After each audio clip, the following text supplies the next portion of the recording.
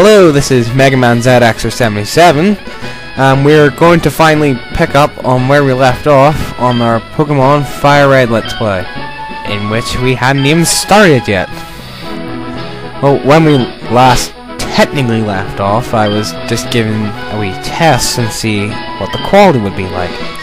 And because it wasn't that bad, I decided I'll continue it. But then, obviously, there was the ski trip, and well, that was fun, like, definitely. Didn't injure myself too much. And whenever I got back, it seemed sort of forgotten about this entire Let's Play idea. But eventually I was reminded about it, so, yeah. Anyway, this is, obviously, it's Pokemon Fire Red, like you can obviously tell. And here is just going through all the options, just to get it to the way I like it. And yeah, and also that NES, I believe it was a Super NES in the original Red and Blue in English, but obviously it must have been an NES in Red and Green. Oh, also that potion, that's the first thing you obviously want to get, because it'll definitely save you a bit of money, even though it doesn't cost that much. And your mom just tells you that Professor Oak is next door. And when you go next door, he's not there. So Daisy here tells you that her brother is in Oak's lab. When you go down to Oak's lab, though, as we'll soon see, you've got your three assistants, and then Gary, or Stephen as I called him, is there, but there's no Professor Oak. So obviously by process of elimination, because you can't go down that water yet, that's whenever you have to get a certain HM, you'll find that the only way you can go is up. And I was just swiveling around for no reason. Anyway, when you try to go up though, Oak magically appears from nowhere and tells you that you need a Pokemon, which you were wanting to get in the first place. So anyway, he'll drag you back to the lab, because he's a prick like that, instead of basically being in the lab in the first place. And then you'll have this little banter about Pokemon in general. Basically, Professor Oak is obviously the Pokemon Professor, as you probably saw in the intro, which I left out for some reason. And he used to be a serious Pokemon trainer, but now he's only got 3 Pokemon because he's retired from the training profession. And basically, you get the choice of 3 Pokemon: Squirtle, Charmander, and Bulbasaur. And me, I picked Charmander, because, well, I don't know, I just find him the best. In my opinion, of course. And I like Charmanders, like the Charmander family. Family tree, or whatever you want to call it. Plus, the flying type bonus is definitely, well, I wouldn't say it's useful. Well, it kinda is. It saves you having to get a flying Pokemon, but I'm probably going to get one anyway. Like I have my actual cartridge. And here I wrote about a save state because it won't let me save my game on my ROM for some reason. But anyway, once you go down, you'll trigger a fight. And this is the first fight of the game, which is basically like the tutorial fight. But there's not really much to fighting in this game. Well, it's Pokemon, of course everyone knows how to fight. But but they're like 2 people that don't know how to play it. And this tutorial's for you. It wasn't in the original Red and Green, or Red and Blue. But it's useful for retards, I guess.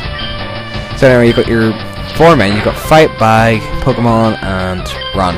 You can't use Run in trainer battles, so you're only left with 3 options. In your bag, you're going to have your 1 potion, because it's the only item you've got. And in Pokemon, you've only got 1 Pokemon. So, by eliminating those 2, unless you actually need to use the potion later, then you've only got Fight.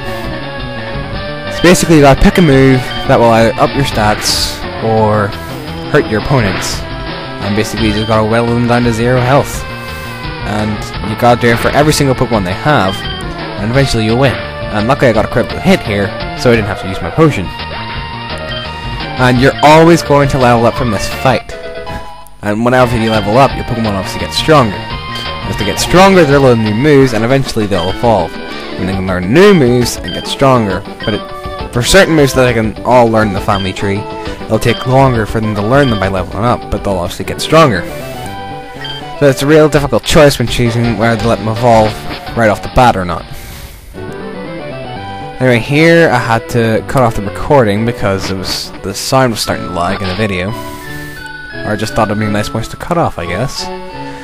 So anyway, now we can head off on our own Pokemon adventure, after you've beaten Steven or Gary, whatever you've named him. You head into Route 1. This is basically like your tutorial wild Pokemon, I guess you could say. You'll find Rattatas and Pidgeys, basically. Varying from levels about 2 to 5, I guess. I've never seen a level 6.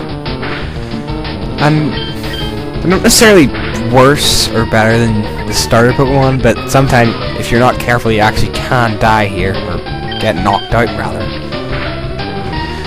So yeah, it's good to grind early on, but then it becomes tedious in the next levels when you're trying to grind, but it becomes, well, boring.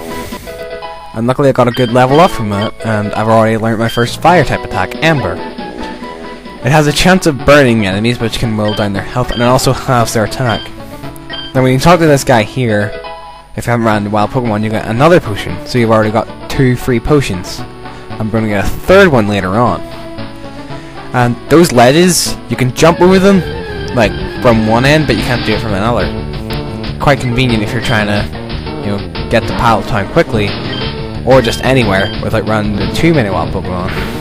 Anyway, here's a Pidgey. It's the first flying type Pokemon you encounter. And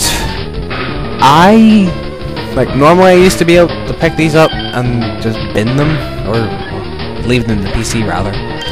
But now I've been starting to get into Fearos, and they're pretty badass. So we're going to be catching what evolves into a Fearo later. Well, if I can be bothered to look for it in the ROM version.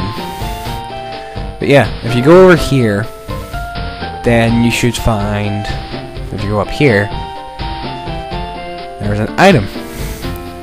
And it's our 3rd potion, so we've already got 3 healing items very early on in the game, instead of having to waste about 600 Pokédollars on 3 potions instead. And we haven't even had to use one of them, so that's lucky joy. And here's the Pokemon Center, which is where I think we're going to stop the first part. Basically, you can use the PC and you can heal your Pokemon for free. Well, yeah, I think that's the end of the first part, so I will see you later then in part 2.